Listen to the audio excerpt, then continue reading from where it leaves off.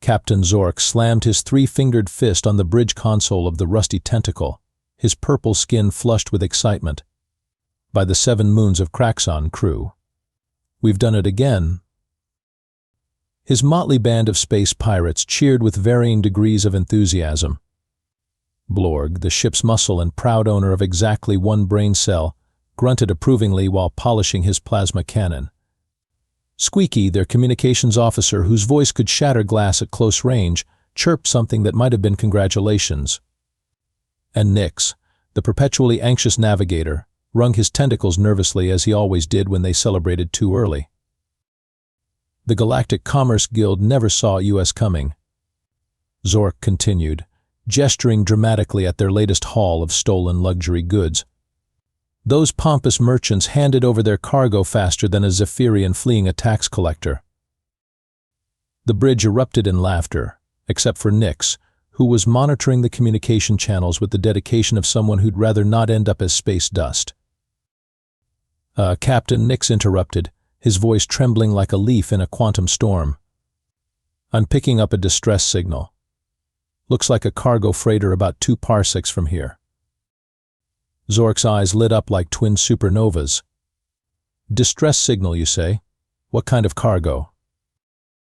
Nix's tentacles danced across his console.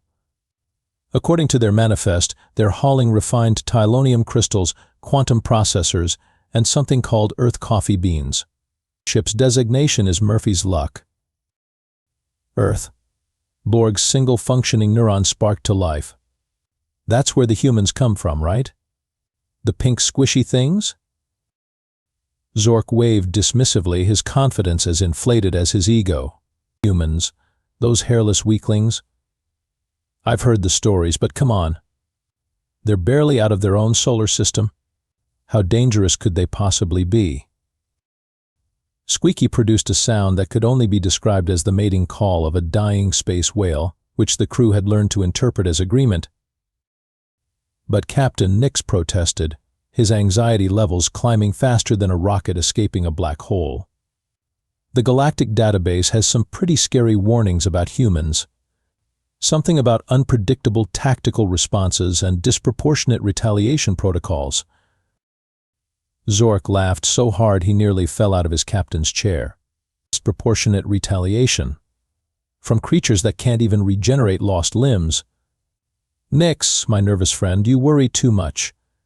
Humans are probably just good at exaggerating to scare off small-time pirates. But we're not small-time, are we, crew? The crew responded with enthusiastic war cries, except for Nix, who made a noise like air escaping from a punctured spacesuit. Besides, Zork continued, consulting their target information, the ship only shows 1 life sign aboard. A single human against 4 experienced pirates? Those odds are better than finding water on a desert moon. Blorg cracked his knuckles, producing sounds like breaking tree branches. Should I prepare the intimidation speech, Captain? Absolutely. Break out the big scary weapons, put on your meanest faces, and let's show this lone human what happens when they wander into our territory. Zork stood up, straightening his weathered pirate coat. Set course for Murphy's Luck. Today we're going to add human cargo to our list of successful heists. As the rusty tentacle changed course toward their unsuspecting target, Nix couldn't shake the feeling that they were making a terrible mistake. His tentacles twitched nervously as he pulled up the Galactic Database entry for humans one more time, scanning the warnings that his crewmates had so casually dismissed. The entry was surprisingly brief, but one line stood out in ominous red text: recommendation, avoid at all costs. Humans have an alarming tendency to turn routine encounters into nightmare scenarios through methods that defy conventional logic. Nick stared at that warning, his multiple hearts beating in an increasingly frantic rhythm. But his concerns were drowned out by the crew's excited chatter about their impending payday. The boarding operation went exactly as planned, which should have been their first warning that something was wrong. Murphy's Luck offered no resistance, no evasive maneuvers, and no desperate pleas for mercy over the communications channel. The cargo freighter just sat there in space like a patient cat waiting for dinner. See? Zork whispered to his crew as they prepared to breach the airlock. Humans are probably too scared to even move. This is going to be easier than stealing candy from a Zephyrian youngster. Blorg hefted his plasma cannon with the subtle grace of a falling asteroid. Squeaky checked her sonic disruptor, producing a sound like a dying star going supernova. Nyx brought up the rear, carrying enough nervous energy to power a small space station. The airlock hissed open, and the 4 pirates stormed aboard Murphy's Luck with all the intimidating presence they could muster. They burst into the main cargo bay, weapons raised, battle cries echoing off the metal walls, ready to strike fear into the heart of their helpless victim. Nobody move. This is a robbery. Surrender your cargo and prepare to be taken prisoner, you pathetic human scum. Silence. Then, from somewhere deeper in the ship, came a voice that was disturbingly cheerful. "Oh, hey there, visitors, that's fantastic. I was just starting to get lonely out here. Coffee's fresh if you want some." The pirates exchanged confused glances. This wasn't how terrified cargo haulers were supposed to respond to armed boarding parties. A human emerged from the ship's galley, and Zork had to admit the creature looked exactly as advertised, pink, hairless, and remarkably squishy looking. He was average height, wearing a casual jumpsuit and carrying a steaming mug that smelled suspiciously pleasant. "I'm Jake Murphy," the human said, extending his hand in what appeared to be a friendly greeting. "Welcome aboard Murphy's Luck. You guys must be pirates, right?"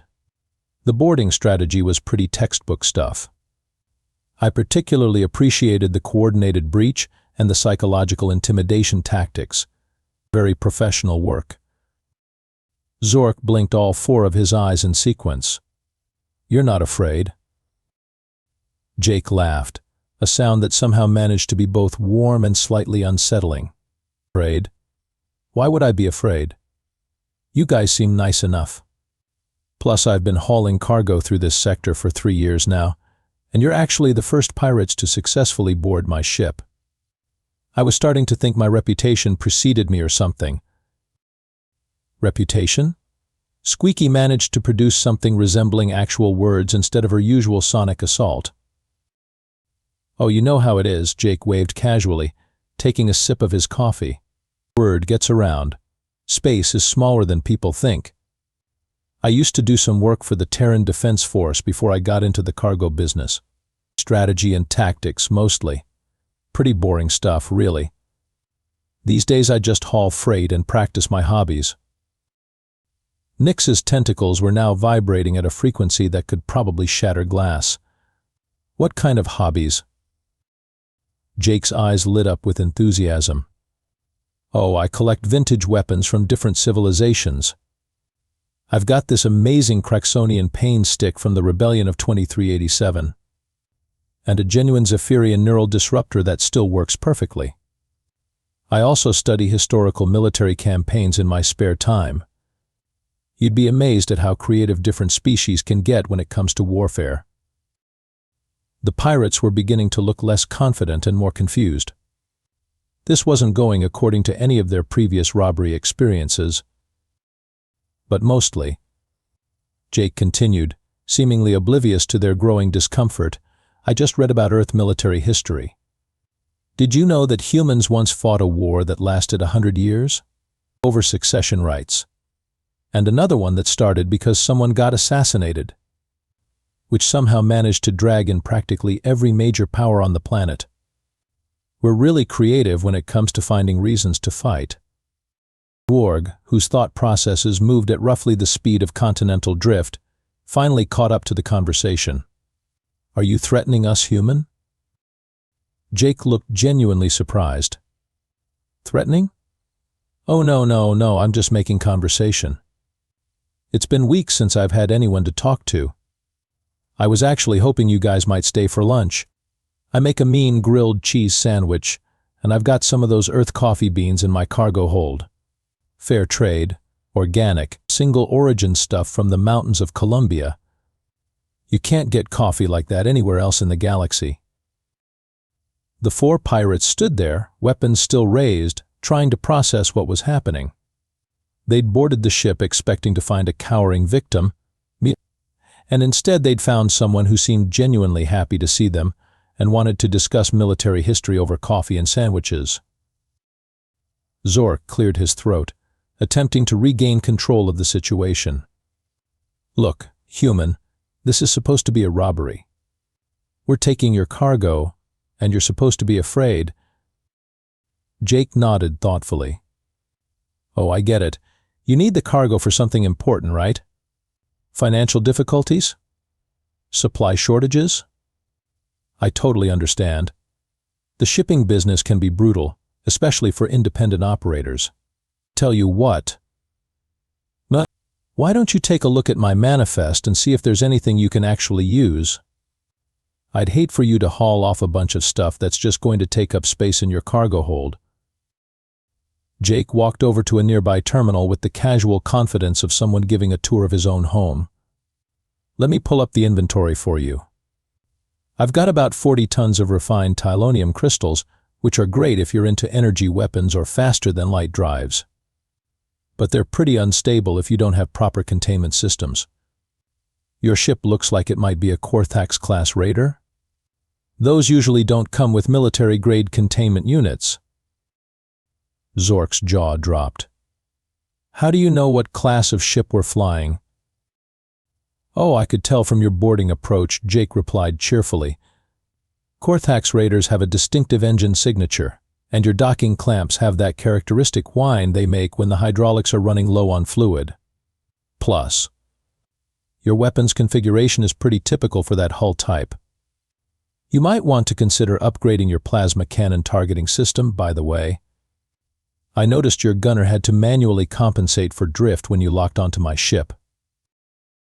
Blorg looked down at his weapon with newfound uncertainty. "How could you tell that?" "Pattern recognition. Mostly. I spent a lot of time studying different ship types and their tactical capabilities. Did you know that Corthax raiders were originally designed as escort vessels? They're actually pretty vulnerable to coordinated attacks from multiple vectors. The armor plating has weak spots right above the engine manifolds and along the ventral weapon mounts. Nix made a sound like a small animal being strangled. Why are you telling us this?" Jake shrugged, taking another sip of his coffee, just making conversation. "It's fascinating how different species approach ship design. Humans tend to over-engineer everything and build in redundancies for redundancies. But we're kind of paranoid like that. I read this interesting case study about a Terran Navy destroyer that got hit by 17 missiles, lost main power, suffered catastrophic hull breaches, and still managed to complete its mission and limp home." "That's impossible," Squeaky protested in her glass-shattering voice. "Not really. Humans have this weird thing about not giving up. It's probably a survival trait we picked up during our evolution. We used to hunt woolly mammoths by chasing them until they collapsed from exhaustion. Persistence hunting, they called it. We weren't the fastest or the strongest predators on our planet, but we were definitely the most stubborn." Jake pulled up his cargo manifest on the screen, highlighting different items. "Now, these quantum processors might be more your speed. They're compatible with most galactic standard navigation systems, and they're worth about 15,000 credits each on the black market. Much more practical than titanium crystals if you're looking for quick resale value." Zork was beginning to feel like he'd lost control of his own robbery. "Human, we didn't come here for shopping advice." "Oh, I know," Jake nodded agreeably. "But I figure if you're going to steal my cargo anyway, you might as well take the stuff that's actually useful to you. No point in hauling off a bunch of junk you can't use, right? That's just inefficient." He turned back to the screen and continued his impromptu lecture. "Speaking of efficiency, humans have this saying, work smarter, not harder. We learned that lesson during the Great War of 2089. Initially, everyone was throwing massive armies at each other in traditional ground battles. Millions of casualties, enormous resource expenditure, complete strategic stalemate. The pirates found themselves leaning in despite their better judgment. But then someone had the bright idea to focus on supply lines instead of frontline combat. Cut off food, ammunition, medical supplies, communications. Suddenly, those massive armies became massive liabilities. The side that controlled logistics controlled the war. Fascinating stuff, really. Jake gestured casually at their weapons. Your current tactical setup reminds me of that early phase, actually. You're putting all your emphasis on direct confrontation instead of strategic advantage. Not that there's anything wrong with that approach, it's just not very efficient. Nix's tentacles were now twitching so violently that he looked like he was having some kind of seizure. What would be more efficient? Jake's face lit up like he'd been waiting for exactly that question. Well, if hypothetically someone wanted to take over a cargo ship, they'd want to control life support, navigation and communications first. Disable the crew's ability to call for help or escape, then negotiate from a position of absolute advantage.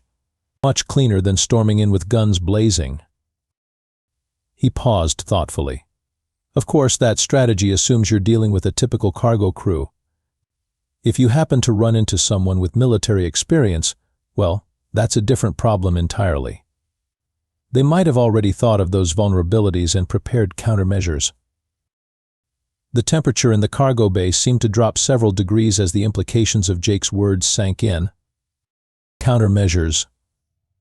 Zork's voice cracked like a teenager asking someone to prom. Jake set down his coffee mug and walked over to a seemingly innocent wall panel. Oh, you know, standard stuff. Nothing too fancy. He pressed a few buttons and suddenly the pirates could hear the unmistakable sound of weapons systems powering up throughout the ship. For example, Jake continued conversationally, most cargo ships don't come equipped with automated defense turrets, but I had a few installed last year after an unpleasant encounter with some Rigelian slavers. They're voice-activated and keyed to my biometrics, so they'll only fire if I'm, unhappy about something. Blorg raised his plasma cannon nervously. Are you unhappy about something? Me? Oh no. I'm having a great time. This is the most interesting conversation I've had in weeks. But the turrets don't really understand context. They just know that 4 armed individuals boarded my ship without permission and are currently pointing weapons at me. The targeting system is probably calculating optimal firing solutions right about now. Red lights began blinking on various panels around the cargo bay, accompanied by a low humming sound that suggested large amounts of energy being redirected to weapons systems. The thing is, Jake continued, completely ignoring the growing panic on the pirates' faces, I also sent out a little message to a few friends of mine when your ship first approached. Just a standard, hey, if you don't hear from me in the next few hours, you might want to come check on me kind of thing. Standard procedure for anyone hauling valuable cargo through pirate-infested space. Nix made a sound like a deflating balloon. What friends? Oh, just some guys I used to work with. They run security for cargo convoys now. 3 cruiser-class escort ships, full crews, latest generation weapons and shielding. They were only about 6 hours away when I sent the message, so they should be arriving any minute now. Jake checked his wrist chronometer with the casual air of someone checking the time for a dinner reservation. The funny thing about humans, he mused, is that we have this really inconvenient habit of keeping track of our friends. If something happens to one of us, the others tend to take it personally. Like really personally. I heard about this incident where some pirates attacked a human research station, took hostages, demanded ransom, the whole traditional piracy playbook. The pirates were now backing toward the airlock, but Jake seemed oblivious to their retreat. The ransom negotiation went on for about 3 days. Standard stuff. But then the pirates got impatient and decided to kill one of the hostages to show they were serious. Big mistake. Jake's cheerful demeanor never wavered, which somehow made his words infinitely more unsettling. Turns out the hostage had served in the Terran Navy with about half the fleet commanders in that sector. Within 6 hours, there were 47 human warships surrounding the pirates' base. They didn't demand surrender. They didn't offer negotiations. They just started shooting. Squeaky produced a sound like a small star collapsing in on itself.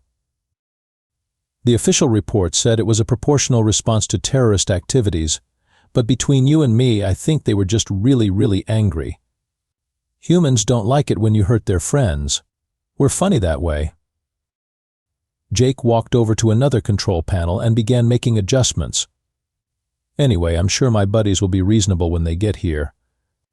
As long as nothing bad has happened to me, they'll probably just want to make sure you guys understand the importance of choosing your targets more carefully in the future. The automated defense systems continued their ominous humming, and somewhere in the distance, they could hear the sound of Jake's communications array broadcasting what sounded suspiciously like a distress beacon. "The good news is," Jake said, turning back to face his increasingly terrified guests, "humans are actually pretty forgiving. We don't hold grudges forever, usually just for a few decades, maybe a century or two if it's something really serious. And we almost never hunt down someone's entire extended family for revenge. That's more of a weekend hobby than a full-time occupation." Zork was now sweating profusely, his purple skin taking on an unhealthy greenish tint. "You're bluffing. You're just one human on a cargo ship." Jake nodded agreeably. "You're absolutely right. I'm just one human on a cargo ship. But here's the thing about humans on cargo ships. We're usually the ones who are too dangerous for regular society, but not quite dangerous enough for military prison. It's like a job placement program for socially maladjusted tactical specialists." He gestured around the ship with obvious pride. "I mean, look at this place. Does this look like a normal cargo hauler to you? The automated defenses, the military-grade communications array. The fact that I knew exactly what class of ship you were flying before you even boarded. I'm basically a one-man traveling disaster waiting for an excuse to happen." The pirates exchanged increasingly panicked glances as the full scope of their mistake began to dawn on them. "You know what the really funny part is?" Jake asked, settling into a comfortable chair that he'd apparently positioned for exactly this type of conversation. "I actually retired from the military because I was getting too creative with my problem-solving approaches. My commanding officer said I had an alarming tendency to turn routine operations into elaborate revenge fantasies." He took another sip of his coffee, completely relaxed, while his 4 guests grew more agitated by the second. "There was this one incident where some hostile aliens captured one of our supply convoys. Standard negotiation situation, right? But instead of going through the usual diplomatic channels, I suggested we kidnap their chief negotiator's pet, teach it to play poker, and then send back videos of it winning huge pots against other captured alien pets until they agreed to our terms." Zork blinked rapidly. "Did that work?" "Oh, we never got to try it. Apparently it violated about 17 different interspecies treaty provisions and at least 3 laws of war that nobody even knew existed. But the point is, that's how humans think. We don't just solve problems.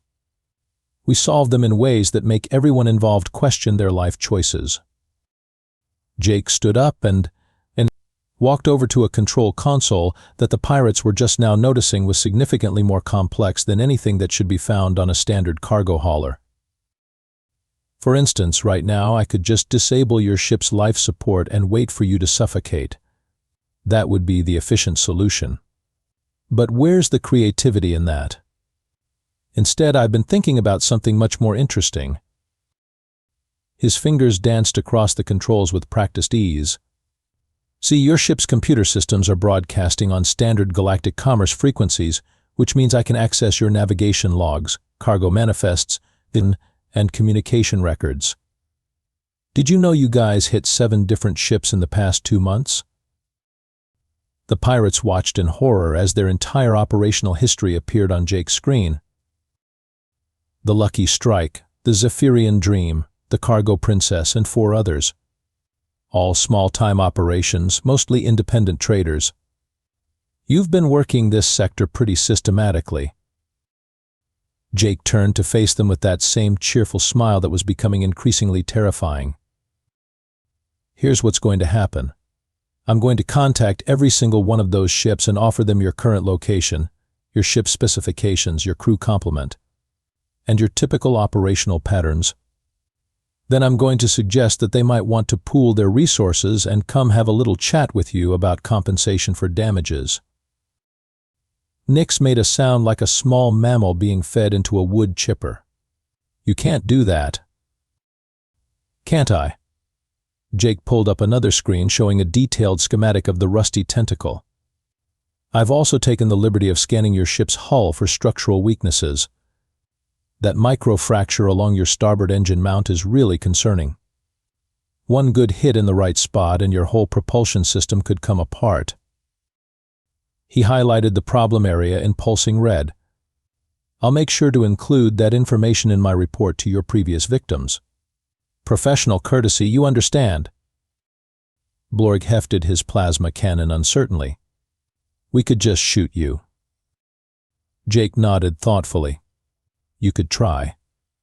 Nay, but then my ship's automated systems would immediately transmit my final logs to the Terran Defense Force, along with detailed sensor readings of your ship and crew. Within a week. Within a week.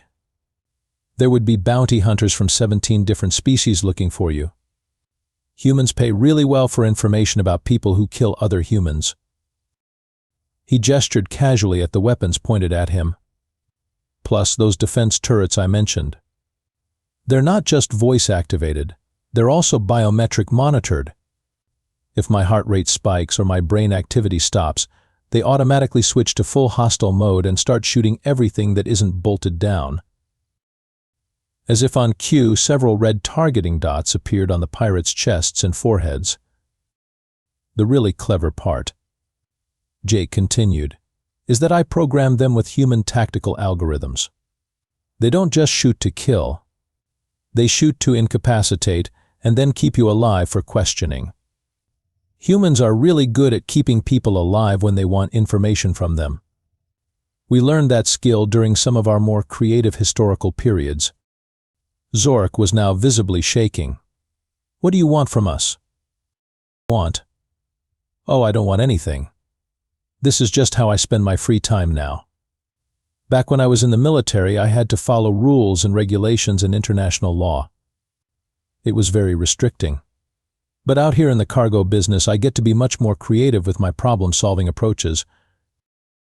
Jake pulled up yet another screen, this one showing real-time locations of ships throughout the sector. For example, I've been tracking ship movements in this area for months, just as a hobby. I know where all the major shipping lanes are, which asteroids provide good hiding spots, and exactly how long it takes security patrols to respond to distress calls in different regions. He pointed to various blinking dots on the display. Those 3 ships there? They're Terran Defense Force patrol cruisers. I sent them your location about 20 minutes ago, along with a detailed analysis of your operational patterns and a suggestion that they might want to set up an ambush at your most likely escape routes. The pirates stared at the screen in growing horror as they realized that their usual hiding spots were now marked with ominous red warning indicators.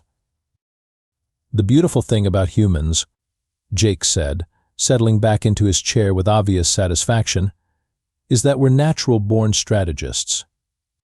We don't just react to problems, we anticipate them, plan for them, and then implement solutions that address not just the immediate issue but all the potential future complications as well. He raised his coffee mug in a mock toast. Welcome to human-style problem-solving, gentlemen. I hope you've enjoyed your visit to Murphy's Luck. 20 minutes later, the 4 pirates were huddled in their ship's conference room, which smelled suspiciously of fierce sweat and poor life choices. They'd managed to extract themselves from Jake's cargo bay, but not before he'd helpfully provided them with detailed repair instructions for their ship's critical systems, which he'd somehow disabled during their friendly conversation. I still can't believe he did all that while just standing there talking to us, Nix whimpered, his tentacles wrapped around his head like a neurotic hat. Zork stared at the datapad Jake had given them, which contained step-by-step instructions for fixing their engines, life support, and weapons systems. The human had been thorough to the point of including helpful diagrams and safety warnings. "Look at this," Zork muttered. "He's even included a shopping list of parts we'll need and the names of reputable dealers in 3 different systems. Who does that?" Borg, whose brain was still trying to process the last hour's events, made a sound like gravel in a cement mixer. "The scary human who could have killed us but decided to educate us instead?" From the communications console, Squeaky produced a series of sounds that roughly translated to "I want to go home and rethink my career choices." Jake's voice crackled over their comm system with the cheerful tone of a customer service representative. "Hey guys, just wanted to let you know that your engine repairs should take about 4 hours if you follow the instructions carefully. I've also included contact information for a really good therapist who specializes in post-traumatic stress counseling for reformed pirates. She's helped a lot of former clients transition into legitimate careers." Zork keyed the comm with a trembling hand. "Human, we just want to leave. We promise we won't bother you or anyone else ever again." "Oh, I believe you. But before you go, I've taken the liberty of updating the galactic piracy database with your information. Nothing malicious, just a helpful entry that other cargo haulers might find useful." Nix's tentacles turned white with terror. "What kind of entry?" "Let me read it to you," Jake's voice came back with obvious pride. "The Rusty Tentacle, Captain Zork commanding, crew of 4. Previous targets, small independent traders. Threat assessment, low to moderate against standard commercial vessels. Special note. Has encountered human crew member and survived the experience through immediate cooperation and willingness to pursue alternative career paths. Recommend diplomatic approach if contact is unavoidable." The pirates exchanged glances. That actually sounded reasonable. "I've also added a subsection," Jake continued, "with your ship's technical specifications and tactical vulnerabilities, just in case anyone needs that information for research purposes." Very academic stuff. Zork felt his stomach drop into his boots. "You listed our vulnerabilities in a public database?" "Only the ones that might be relevant for defensive purposes. I'm not trying to make your lives difficult. I'm just contributing to the general body of knowledge about interspecies conflict resolution." Jake's tone shifted slightly, becoming more serious but maintaining that unsettling cheerfulness. "Here's the thing, guys. I actually like pirates, conceptually speaking. You're entrepreneurs working in a challenging industry with minimal overhead and maximum risk-reward ratios, but you're also terrible at target selection and strategic planning." The comm system crackled as Jake apparently settled in for a longer conversation. "So I've prepared a little graduation present for you. In addition to the repair instructions, I've included a comprehensive guide to identifying high-value, low-risk targets, along with a tactical manual for boarding operations that don't end with everyone wanting to kill each other." Nix made a sound like a balloon with a slow leak. "Why are you helping us?" "Because reformed pirates make excellent cargo escorts and security consultants. The skill sets are almost identical, but the pay is better and nobody shoots at you as much. I've already sent your information to 3 different shipping companies that are looking for experienced security personnel." Jake paused, and they could hear him taking another sip of his coffee. "Plus, and this is the important part, if you guys go legitimate, you can help spread the word about why messing with human cargo haulers is a bad idea. Think of it as a public service announcement with a personal testimonial." Zork looked around at his crew, seeing his own exhaustion and confusion reflected in their faces. "And if we don't want to go legitimate?" "Well, that's your choice, obviously. But I should mention that I've programmed my ship's computer to automatically send updates about your location and activities to my friends in the security business. just in case you decide to go back to your old habits. The cheerful tone never wavered. It's not a threat, it's more like a subscription service, very convenient for everyone involved. Squeaky managed to produce something that sounded almost like words. We'll take the legitimate jobs. Excellent choice. I've already forwarded your applications along with my personal recommendation. You should hear back within a few days. As the rusty tentacle limped away from Murphy's luck 4 hours later, Zork made one final log entry in their ship's computer, updated galactic piracy database. New entry: humans do not engage under any circumstances. Recommend immediate career change if contact is unavoidable. Personal note: find different line of work. Preferably something involving minimal human interaction and maximum distance from Earth shipping lanes. Back aboard Murphy's luck, Jake Murphy finished his coffee, updated his own logs, and settled in for the next leg of his journey. Just another day in the cargo hauling business, and another successful customer service interaction. He made a mental note to pick up more coffee beans at his next port of call. You never knew when you might have unexpected guests who needed a good cup of coffee and some friendly career counseling.